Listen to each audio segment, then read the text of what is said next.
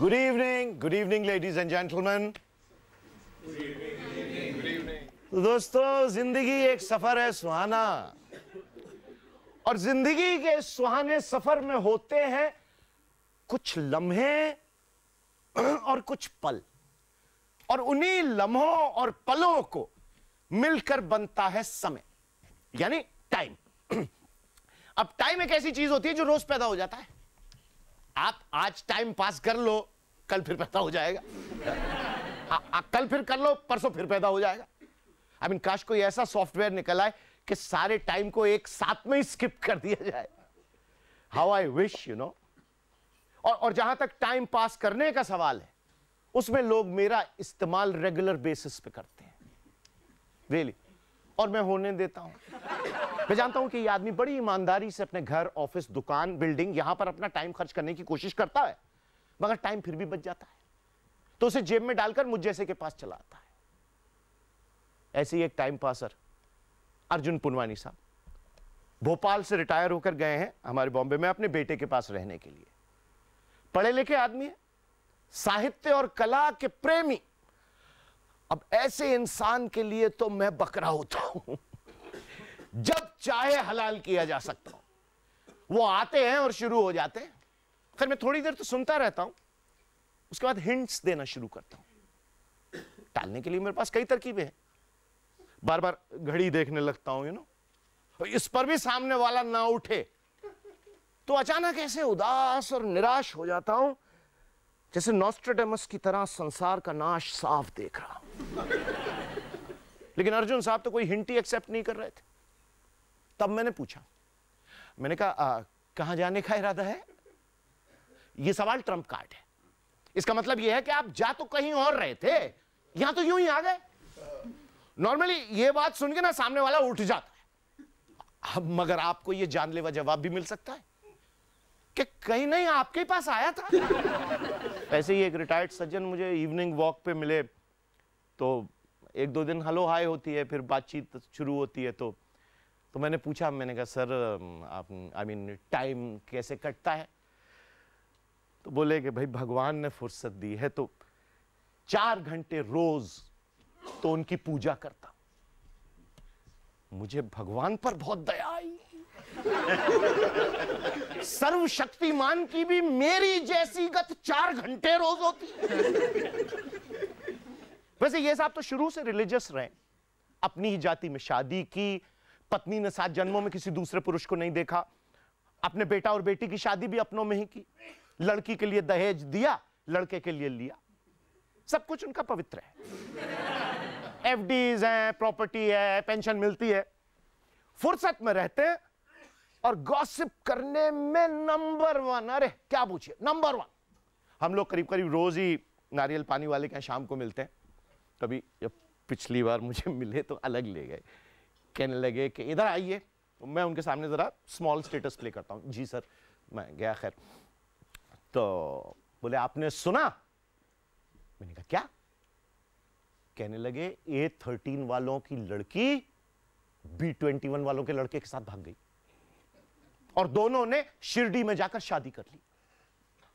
तो मैंने अपनी मिस्चीवियस आदत के मुताबिक कहा, मैंने कहा सर इसमें इतना परेशान होने की क्या जरूरत है? हमारे देश में अच्छी शादियां ज्यादातर लड़की भगाकर ही हुई। तो गुस्से में आ गए, कहने लगे कि आप हमेशा उल्टी सीधी बातें करते हैं। अरे रीति नीति परंपरा क्या कुछ नहीं है? और फिर और तैश में आके बोले कि आप जानते हैं लड़का और लड़की दोनों अलग अलग जाति के हैं। मैंने कहा मनुष्य जाति के तो है ना। उनके पास जवाब नहीं था। They had no answer. Isn't it really, really ironical कि हमारे देश के अडल्ट्स, लड़का लड़कियों को भारत की सरकार बनाने का अधिकार तो मिल चुका है, मगर अपना जीवन साथी चुनने का अधिकार नहीं मिला। अब जिस नारियल पानी वाले के हम लोग रोज मिलते हैं शाम को, उसकी बेटी अपनी ही जाति के बाहर के लड़के से शादी करना चाहती थी। वो दूसरी जाति का लड़का अच्छी नौकरी पे था, पर तब भी इस बेवकूफ नारियल पानी वाले ने अपनी बेटी की शादी अपनी ही जाति में कर दी, एक ऐसे लड़के से जो कम तो कमाता ही था और रात को शराब पीकर बीवी को पीटता भी था। अब ये बात जब मैंने अपने रिटायर्ड गॉसिप फ्रेंड को, ये इवनिंग वॉक फ्रेंड को बताई, तो थोड़ी देर तो चुप रहे, फिर बोले कि चलिए इतना तो सेटिस्फैक्शन है कि अपने ही जाति वाले से पिट रही है। आखिर ये लोग किस रीति, किस नीति, किस परंपरा को खोज रहे हैं? और इसी की इसी रीजन की वजह से आगे चल के हस्बैंड वाइफ में डिफरेंसेस हो जाते हैं। भाई बर्दाश्त की भी एक हद होती है यार। क्या बताऊं, अब आजकल लड़कियों से ज्यादा शादीशुदा औरतें घर छोड़ के भाग रही हैं। नहीं, आई एम नॉट जोकिंग। अभी हाल ही में किए टीओआई के एक सर्वे के मुताबिक घर से भागने वालों में 64% शादीशुदा हैं। इनमें शादीशुदा मर्द भी शामिल हैं। अब मेरे ही एक दोस्त की बीवी भाग गई, तो मैं बीवी के भागने के कंडोलेंस में गया। अब कंडोलेंस ही कहा जाएगा ना, डोंट यू थिंक सो? लेकिन ऐसे कंडोलेंस में समझ में नहीं आता कि कंडोलेंस देने वाला क्या कहे।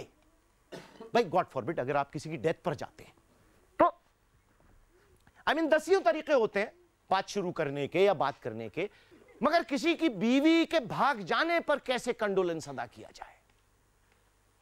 ना तो आप ये कह सकते हैं कि कैसे हुआ, और ना ही ये कि I am there for you. खैर, मैं सुन रहा था और समझने की कोशिश कर रहा था, लेकिन उसके दुख को मैं नहीं समझ सकता। क्यों? क्योंकि जिसकी अभी तक नहीं भागी वो उस दुख को महसूस ही नहीं कर सकता। खैर, मैंने अपनी तरफ से जाकर अब कंधे पे हाथ रख के मैंने दिलासा दिया, तो रो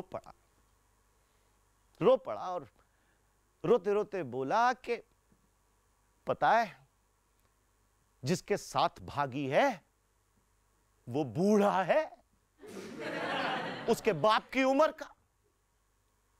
तो मुझे लगा कि इसकी बीवी अगर जवान के साथ भागती तो शायद इसे कम अफसोस होता। इसे बूढ़े से हार जाने का खास गम है। इस अभागे को नहीं पता कि पैसे में बड़ी मर्दानगी होती है। आदमी मर्द नहीं होता, पैसा मर्द होता है। खैर, मूड को थोड़ा लाइट करने के लिए मैंने कहा तू एक काम कर यार, तू उस बूढ़े की बीवी को भगा ला। तो कहने लगा उसकी तो मर गई, और होती भी तो उस बुढ़िया को लाता। तो मैंने कहा दूसरी शादी कर ले। तो गुस्से में खड़ा हो गया कि दूसरी शादी? मेरे तो दिल में आता है कि उसके कलेजे में छुरा घुसेड़ दूं। मैंने कहा वाह यार, ग्रेट, आखिर ये भी सच्चा भारतीय मर्द निकला। तलाक नहीं देगा, छुरा घुसेड़ेगा। अचानक मैं क्या देखता हूं कि वो सोफे पर गिर पड़ा। आई तो रश टू, क्या हुआ? कहने लगा यार, I am having breathing problems, मुझे सांस आने में प्रॉब्लम हो रही है, मुझे हॉस्पिटल ले चलो। अरे बाप रे बाप, वहां तो एकदम पैनिक सिचुएशन हो गई। खैर, किसी तरह से उसको उठाया, बाहर लाए, बाहर वॉचमैन का सहारा लिया, बोले भैया साहब को गाड़ी वाड़ी में बिठाओ।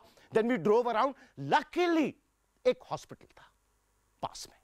खैर, वहां ले गए। वहां के डॉक्टर्स, स्टाफ जो था, नर्सेज वगैरह, वेरी कोऑपरेटिव। बीपी वगैरह चेक किया और तमाम पूरी शुरुआत कर दी। उसको एडमिट करा लिया। हम बोले घबराहट की बात नहीं है, बीपी बढ़ गया है मेंटल स्ट्रेस की वजह से, एक आध दिन आराम कर लें, ठीक हो जाएंगे। तब जाके थोड़ा सुकून मिला। खैर, जो फॉर्मेलिटीज थी उसकी पेपर वगैरह साइन करने की वो की मैंने, दवा वगैरह लेके आया। जब मैं वापस आया तो हमारे वार्ड की जो नर्स थी काफी नटखट थी और अट्रैक्टिव भी। बार बार मेरे दोस्त के पास आकर पूछती कि अब कैसा लग रहा है? फिर खा 2 मिनट बाद, अब कैसा लग रहा है? धीरे धीरे मेरे दोस्त को अच्छा लगने लगा। फिर नेबुलाइजर उसके लगा हुआ था, तो वो कंजेशन वगैरह दूर करने के लिए लगाते हैं ऐसे नाक पर, तो उसके जरिए दवा देते हैं। तो उस वक्त आके पूछती है, आर यू ऑन व्हाट्सएप?